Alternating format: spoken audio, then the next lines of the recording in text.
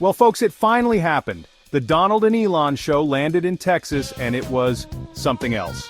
Picture this, the Texan sun blazing down on a steel giant, a rocket so big it makes a Saturn V look like a bottle rocket. And who better to witness this spectacle than former President Donald Trump and his right-hand man, Elon Musk. That's right, folks, the Department of Government Efficiency's very own head honcho decided to show his former, and potentially future, boss, the fruits of his very expensive, very ambitious labors. Now, you wouldn't think these two would be two peas in a pod, right? One's all about tweeting and making deals, the other's shooting for Mars, literally. But there they were, thicker than thieves, with enough charisma to power a small city, though knowing Elon, he's probably working on that too. Trump, ever the showman, even live-tweeted the whole thing because what's a good rocket launch without some presidential play-by-play?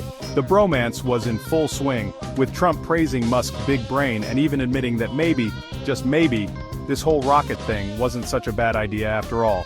Who knows, maybe we'll see Trump tower Mars in our lifetime. Hey, stranger things have happened, right? Now about this rocket.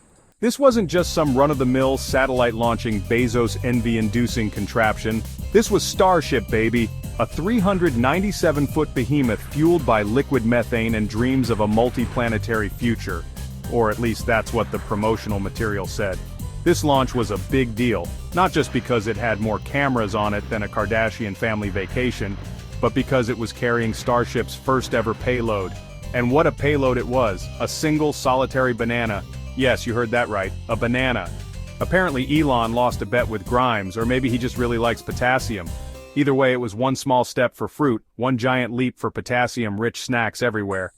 But the real showstopper, the piece de resistance, the moment that had everyone holding their breath and maybe also crossing their fingers and toes for good measure, was the landing.